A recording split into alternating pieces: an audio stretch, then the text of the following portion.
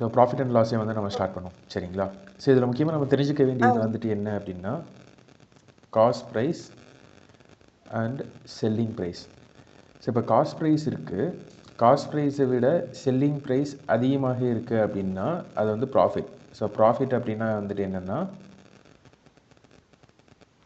SP minus CP. So நம்ம விற்கக்கூடிய விலையிலேருந்து வாங்கக்கூடிய விலை ரொம்ப குறைவாக தான் இருக்குது அப்படின்னா நமக்கு அது ப்ராஃபிட் தான் சரிங்களா. ஸோ இப்போ ஃபார் எக்ஸாம்பிள் ஒரு 100 ரூபாய்க்கு வாங்கி 150 ரூபாய்க்கு விற்கிறோம் அப்படின்னா நமக்கு எவ்வளோ ப்ராஃபிட்னா 50 ருபீஸ். எப்படி கண்டுபிடிச்சோம்? ஸோ செல்லிங் ப்ரைஸில் இருந்து காஸ்ட் ப்ரைஸை நம்ம என்ன பண்ணோம்னா மைனஸ் வந்து பண்ணணும். அதே ஒருவேளை 100 ரூபாய்க்கு வந்து வாங்கி 50 ரூபாய்க்கு விற்கிறோம் அப்படின்னா ஸோ 100 ரூபாய்க்கு வாங்கி 50 ரூபாய்க்கு வந்து விற்கிறோம் அப்படின்னா நமக்கு வந்துட்டு எவ்வளோ லாஸ் ஆகுது? 50 ரூபா லாஸ் ஆகுது சரியா. ஸோ அதாவது காஸ்ட் ப்ரைஸில் இருந்து செல்லிங் ப்ரைஸை மைனஸ் பண்ணுறோம் சரிங்களா.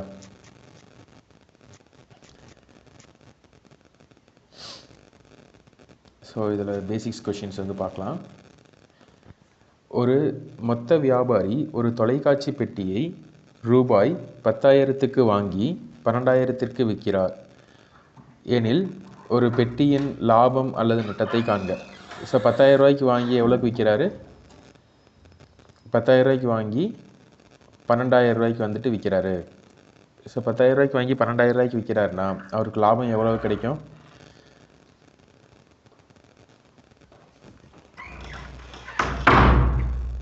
எவ்வளோ கிடைக்கும்? ஸோ 2,000 ரூபா வந்துட்டு கிடைக்கும்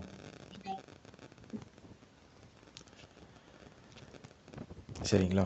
ஸோ இது வந்துட்டு அடக்க விலை காஸ்ட் ப்ரைஸ், இது வந்துட்டு விற்பனை விலை செல்லிங் ப்ரைஸ் சரியா. ஸோ நெக்ஸ்ட்டு ஒரு பள்ளியின் விழாவிற்காக சாரா கேக் செய்தாள்.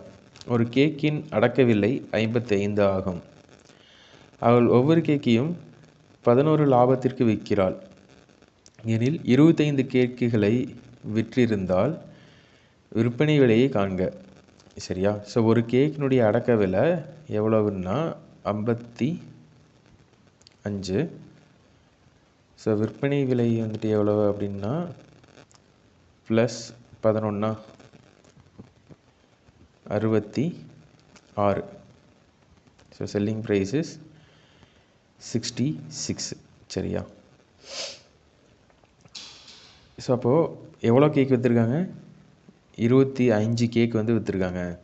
ஸோ அப்போது ஒரு கேக் 66 ரூபானா 25 கேக்கினுடைய விலை எவ்வளவு?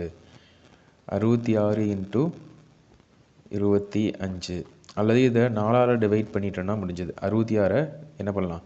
4ஆல் டிவைட் பண்ணலாம். ஸோ 4ஆல் டிவைட் பண்ண என்ன வரும்? So 4 1s are 4, 4 6 are 24, reminder வந்துட்டு 2 இருக்கும். ஸோ 0 சேர்த்துட்டோம்னா 0.5. ஸோ 16.5 வரும். இன்ட்டு 100 போட்டுக்கலாம். ஏன்னா இன்ட்டு 25 எப்படி எழுதலான்னா 66 × 100/4ன்னு எழுதலாம். ஸோ நான் 4ஆல் டிவைட் பண்ணிவிட்டு 2 0 மட்டும் சேர்த்துக்கிட்டுனா முடிஞ்சுது. அப்போ 1650. ஸோ 1650 ருபீஸ்க்கு விற்றுருப்பாங்க. 1650 ரூபாய்க்கு வந்துட்டு அந்த பொருளை விற்றுருக்காங்க. நெக்ஸ்ட்டு ஒரு மிதிவண்டியின் விலை 1500 ரூபாய் என்று குறிக்கப்பட்டுள்ளது. இதனை 1350க்கு விற்றால் தள்ளுபடி சதவீதம் என்ன? அதாவது இங்கே இந்த இடத்துல மார்க்கெட் ப்ரைஸ் அப்படிங்கிறது ஒன்று இருக்குது சரிங்களா. ஸோ மார்க்கெட் ப்ரைஸ்னால் என்னென்னா இப்போ இந்த டிஸ்கவுண்ட்லாம் கொடுக்குறாங்கல்ல. ஸோ ஒரு ப்ரைஸ் வந்துட்டு காஸ்ட் ப்ரைஸ்லேருந்து இன்க்ரீஸ் பண்ணி வச்சுருவாங்க, அதிகப்படுத்தி வச்சுருவாங்க. அதிகப்படுத்தின ப்ரைஸ்லேருந்து என்ன பண்ணுவாங்கன்னா நமக்கு டிஸ்கவுண்ட் வந்து தருவாங்க சரிங்களா. ஸோ இப்போ 1500 ரூபா வந்துட்டு அந்த ப்ரைஸு. இதுலேருந்து எவ்வளோ டிஸ்கவுண்ட் கொடுக்குறாங்கன்னா 1350 ரூபாய்க்கு விற்கிறாங்க. எவ்வளோ டிஸ்கவுண்ட் கொடுத்துருக்காங்க?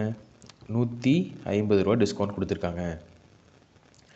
ஸோ 150 ரூபா டிஸ்கவுண்ட் அப்படின்னா 1500ல் 150ங்கிறது எவ்வளோ பர்சன்டேஜ்னு பார்க்கணும். ஸோ இப்போ 1500 100% எடுத்துக்கிட்டோன்னா 1500 100% எடுத்துக்கிட்டோன்னா 10% என்ன வரும்? ஸோ 10% வந்துட்டு 150. ஸோ 10%ங்கிறது தான் 150. அப்போ எவ்வளவு கொடுத்துருக்காங்க? ஸோ எவ்வளவு வந்து டிஸ்கவுண்ட் கொடுத்துருக்காங்க அப்படின்னு பார்த்தோம்னா 10%.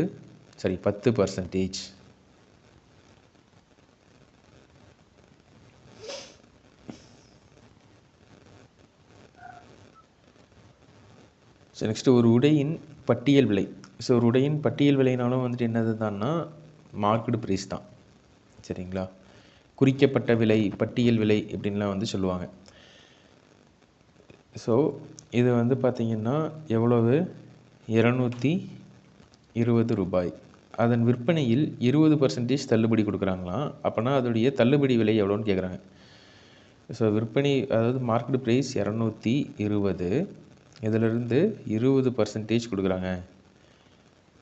10%ங்கிறது 22, 10% 22. அப்போ 20% என்னவாக இருக்கும்? 44. சரிங்களா? ஸோ அப்போ 220லேருந்து 44 கழிக்கணும். முதல்ல வந்துட்டு 220லேருந்து 20 மட்டும் கழிச்சிடலாம்.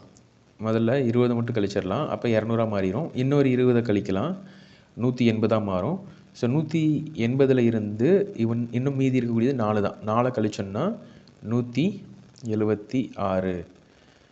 ஸோ 176 தான் வந்துட்டு நம்ம விற்பனை விலை. அப்போ எவ்வளோ டிஸ்கவுண்ட் கொடுத்துருக்காங்க? 44 ரூபா டிஸ்கவுண்ட் கொடுத்துருக்காங்க. ஸோ 44, 176ங்கிறது தான் ஆன்சர். ஸோ 44ங்கிறது டிஸ்கவுண்ட்டு, 176ங்கிறது விற்பனை விலை. ஸோ நெக்ஸ்ட்டு 2 லட்சத்திற்கு ஒரு காரை விற்பனை செய்ததில் ஒருவர் 20% நஷ்டம் அடைந்தார். அவர் கார் வாங்கிய விலையானது என்ன? ஸோ 2 லட்சத்துக்கு வந்துட்டு என்ன பண்ணுறாருன்னா, ஒருத்தர் காரை விற்பனை செய்கிறாரு. அப்போ அவருக்கு வந்துட்டு எவ்வளோ நஷ்டமாகுது அப்படின்னா 20% வந்து நஷ்டமாகுது. அப்படின்னா அவர் வந்துட்டு எத்தனை ரூபாய்க்கு வந்து வாங்கியிருப்பார்? சரியா? இப்போது காஸ்ட் ப்ரைஸ் இருக்குது, செல்லிங் ப்ரைஸ் இருக்குதுன்னு எடுத்துக்கலாம். ஸோ காஸ்ட் ப்ரைஸ்லேருந்து லாஸ் ஆகி தான் என்ன ஆயிருக்குன்னா இந்த செல்லிங் ப்ரைஸ் வந்திருக்கு 2 லட்ச ரூபாங்கிறது. ஸோ 2 லட்ச ரூபாங்கிறது எப்படி வந்தது? காஸ்ட் ப்ரைஸ்லேருந்து லாஸ் ஆகி தான் வந்தது. இந்த காஸ்ட் ப்ரைஸ் தானே வந்துட்டு எப்போவுமே 100% இருக்கும். ஸோ காஸ்ட் ப்ரைஸ் 100% எடுத்தோம்னா எவ்வளோ லாஸ் ஆயிடுச்சு? 20% வந்து அவருக்கு லாஸ் ஆயிடுச்சு. காஸ்ட் ப்ரைஸ்லேருந்து தான் 20% லாஸ் ஆயிடுச்சு. அப்போது அவர் எத்தனை ரூபாய்க்கு விற்றுருப்பாருன்னா, காஸ்ட் ப்ரைஸில் 80%க்கு தான் விற்றுருப்பார். ஸோ 80% ஆஃப் த காஸ்ட் ப்ரைஸில் தான் அவர் என்ன பண்ணியிருக்காரு? விற்றுருக்காரு. அப்போ 80% ஆஃப் த காஸ்ட் ப்ரைஸுங்கிறது எவ்வளவு? 2 லட்சம். சரியா? ஸோ 2 லட்சங்கிறது 80% of the cost price. So இப்போ 10% எவ்வளவு அப்படின்னு கண்டுபிடிக்கலாம். ஸோ அப்போ இதை 8ஆல் டிவைட் பண்ணோன்னா இது 10ஆக மாறிடும். இதுவும் 8ஆல் டிவைட் பண்ணோன்னா 10ஆக மாறிடும். ஸோ 8 2s are 16, ரிமைண்டர் 4 வரும். 8 5s are 40. சரிங்களா? ஸோ 25,000 8ஆல் டிவைட் பண்ணோம். அப்போ 10%ங்கிறது எவ்வளவுன்னா, 10% ஆஃப் காஸ்ட் ப்ரைஸ் வந்துட்டு எவ்வளவுன்னா 25,000. நமக்கு தேவை 100% ஆஃப் த காஸ்ட் ப்ரைஸ் தான். So 100% of the cost price எவ்வளவு அப்படின்னா 2500, இன்னும் 2 0 மட்டும் சேர்த்துக்கணும். ஸோ 2,50,000. சரியா? ஸோ 2,50,000க்கு தான் வந்துட்டு என்ன பண்ணியிருக்காங்க அப்படின்னா, அந்த பொருளை அவர் வாங்கியிருக்காரு. ஆனால் 20% லாஸில் எவ்வளோக்கு விற்றுட்டாரு? 2 லட்சத்துக்கு விற்றுட்டாரு. ஸோ அப்போ காஸ்ட் ப்ரைஸ் தான் நம்ம எப்பவுமே 100%ஆக எடுத்துக்குவோம். ஸோ காஸ்ட் ப்ரைஸ் 100% எடுத்துக்கிட்டோம்னா ஒருவேளை ப்ராஃபிட்னா அந்த செல்லிங் ப்ரைஸ் எப்படி இருக்குன்னா 100 ப்ளஸ் அந்த ப்ராஃபிட் பர்சன்டேஜாக இருக்கும். ஸோ எக்ஸாம்பிளுக்கு ஒரு பொருளை வந்துட்டு வாங்குறீங்க, ப்ராஃபிட்டில் விற்கிறீங்க. ஸோ அப்போ காஸ்ட் ப்ரைஸ் வந்துட்டு எப்போவுமே 100% தான். சரியா? நீங்கள் ப்ராஃபிட்டில் விற்கிறீங்க, ஒரு 10% ப்ராஃபிட்டில் விற்றீங்கன்னா செல்லிங் ப்ரைஸ் என்னவாக இருக்குன்னா காஸ்ட் ப்ரைஸில் 110% ஆஃப் காஸ்ட் ப்ரைஸாக இருக்கும். அதே வந்துட்டு நீங்கள் ஒரு பொருளை வாங்குறீங்க காஸ்ட் ப்ரைஸில், நீங்கள் ஆனால் லாஸில் விற்றுறீங்க, ஒரு 10% லாஸில் விற்றுறீங்க. அப்போ செல்லிங் ப்ரைஸ் எப்படி இருக்குன்னா காஸ்ட் ப்ரைஸ் 100% இருக்குங்கும்போது செல்லிங் ப்ரைஸ் 10% குறைஞ்சிரும் காஸ்ட் ப்ரைஸ்லேருந்து. சப்போ 100ல் 10 போச்சுன்னா 90% ஆஃப் த காஸ்ட் ப்ரைஸாக தான் இருக்கும் selling price.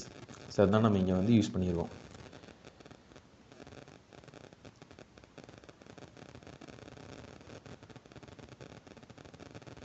So next question, ஒரு நபர் ஒரு பழைய மிதிவண்டியை 1250க்கு வாங்கினார்.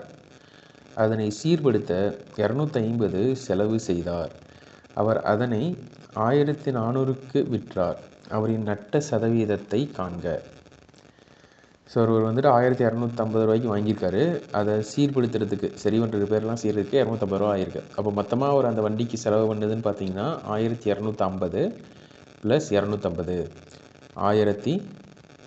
1500. அவருக்கு எவ்வளோக்கு விற்றுருக்காரு? 1400க்கு தான் விற்றுருக்காரு. ஸோ இதுதான் செல்லிங் ப்ரைஸ்.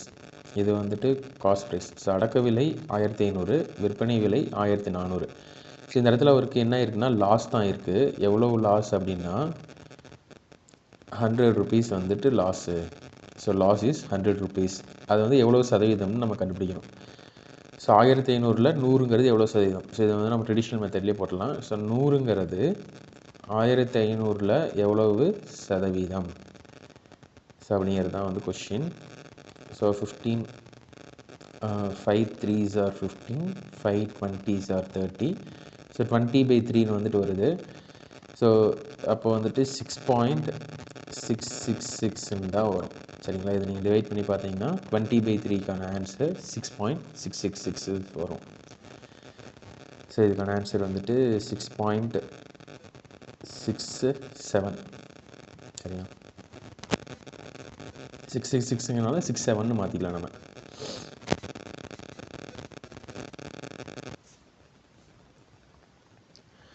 ஒருவர் 2 லட்சத்திற்கு ஒரு கார் வாங்கி அதனை பழுது பார்ப்பதற்காக 50,000 செலவு செய்தார். அந்த காரை அவர் 3 லட்சத்துக்கு விற்பனை செய்தால் அவர் அடைந்த லாப சதவீதம் என்ன? ஸோ 2 லட்சத்துக்கு வாங்குறாரு, அதை சரி செய்கிறதுக்காக 50,000 ரூபா செலவு பண்ணுறாரு. சரிங்களா? ஸோ மொத்தமாக அவர் வந்துட்டு அந்த காருக்குன்னு செலவு பண்ணுறது 2,50,000.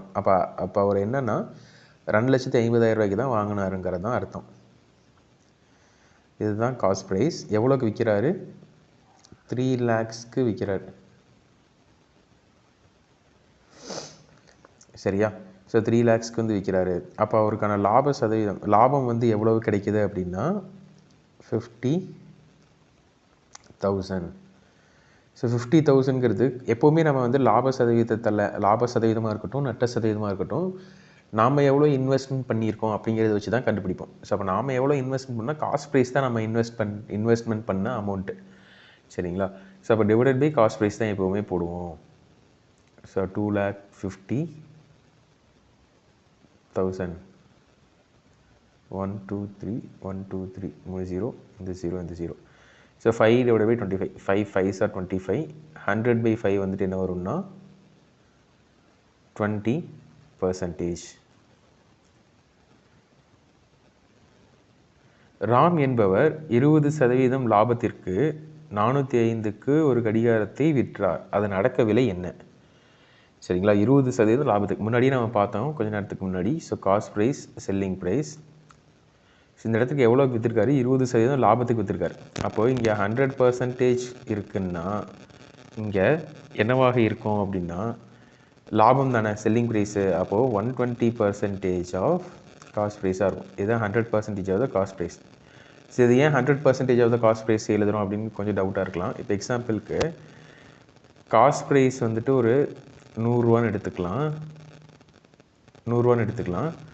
இதுதான் காஸ்ட் ப்ரைஸ். இப்போ வந்துட்டு 100% ஆஃப் த காஸ்ட் ப்ரைஸ் அப்படின்னு நம்ம சொல்கிறோமா? 100% ஆஃப் த காஸ்ட் ப்ரைஸ் எவ்வளவு? 100.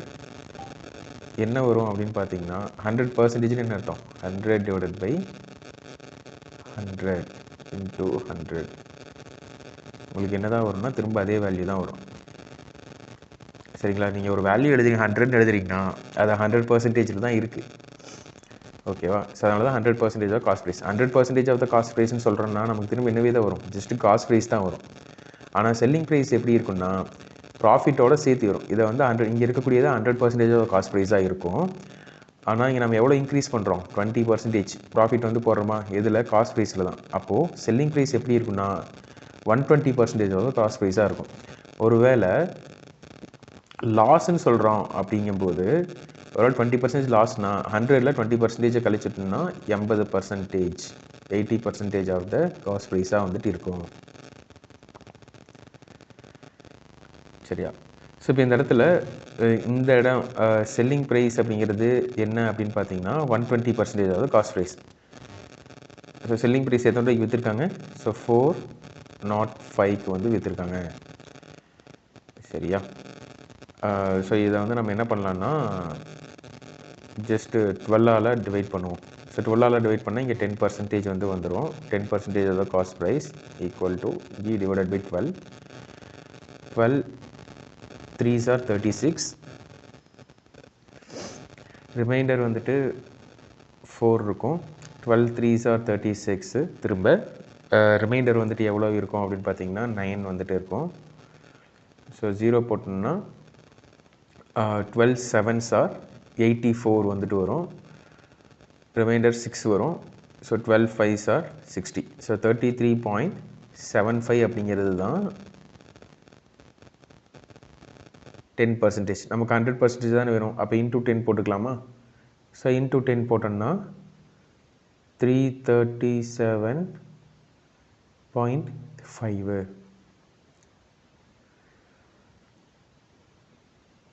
ஸோ ஆன்சர் வந்துட்டு 337.5 தான்.